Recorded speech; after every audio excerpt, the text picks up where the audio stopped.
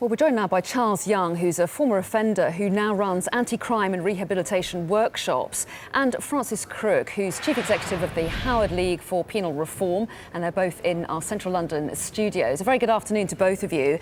Charles Young, first of all, judges will continue then to have the right to send more serious offenders to prison for life. Is that a decision that you welcome? I love it, yeah. Why? What about the right of the person they've killed? I mean, I've spent my life in and out of prison, and the thought of spending my whole life in prison scares me. I don't understand why people even consider giving these people an opportunity to be free at a later date. I mean, you know, you've committed murder. What's the problem? Francis Crook, is there a problem? Do you accept that it's right that the nature of some of these crimes is so terrible that these people shouldn't be given the hope of any kind of review or parole? Well, I don't think anybody's disputing in any way that these people are going to spend probably all of their life in prison. That's not the point. This was a very technical judicial decision about whether people should have a review at some point in that sentence. And in fact, what the court has decided, rather bizarrely, is to give extra powers to politicians to make decisions on early release for compassionate grounds and take it away from the judiciary. So it's a very technical thing, but these handfuls of people were only ever going to spend the rest of their life in prison, really. Now, I don't think there's any question they were going to be released.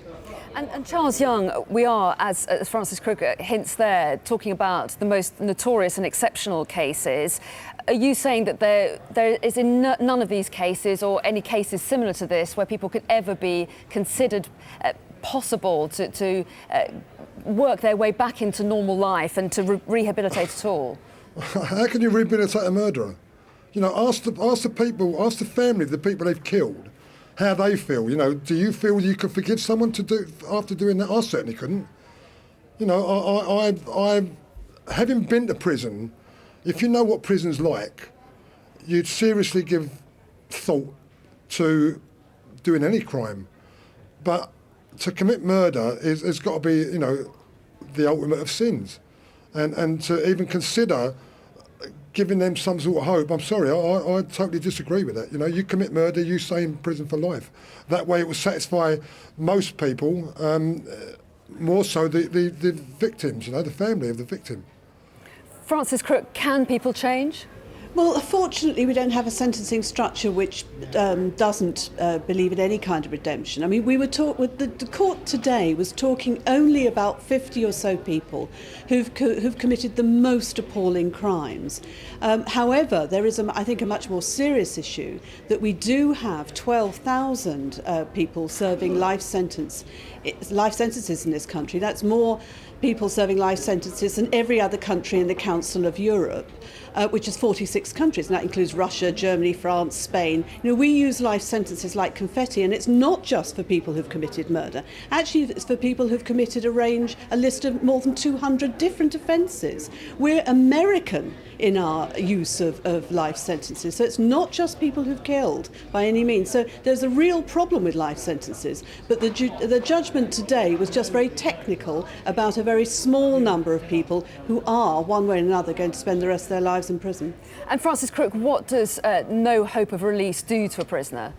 Well, it's not so much what it does to the prisoner, it's what it does to staff. I'm very concerned about prison staff, because if you put people in prison who have to be managed maybe for 30 or 40 years with no possible glimmer of hope, that does put staff in a very difficult position. It's very challenging, it could even be dangerous. So I think taking away just that glimmer of hope from people is very challenging for staff, and we shouldn't forget that.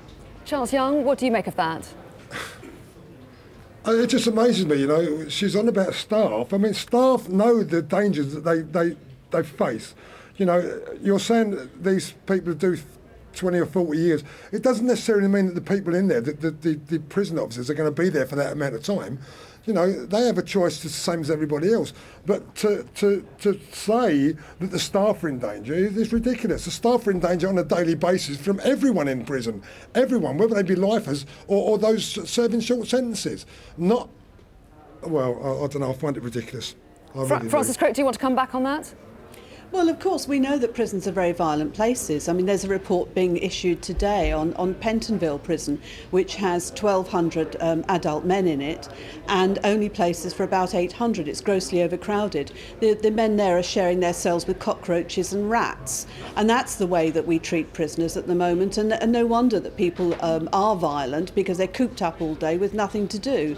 So there are real problems in the prison system, and unfortunately, it's not being dealt with because we're getting, I think, confused by some of the judgments coming out of the Court of Appeal. Charles Young, just a last word to you. Do you think there are problems, as Francis Crick highlights there, with the prison system? And to pick up on her earlier point, do you think that we give out too many life sentences in this country? Well, going back to her point about cockroaches and rats, as prisons are full of cockroaches and rats. How can you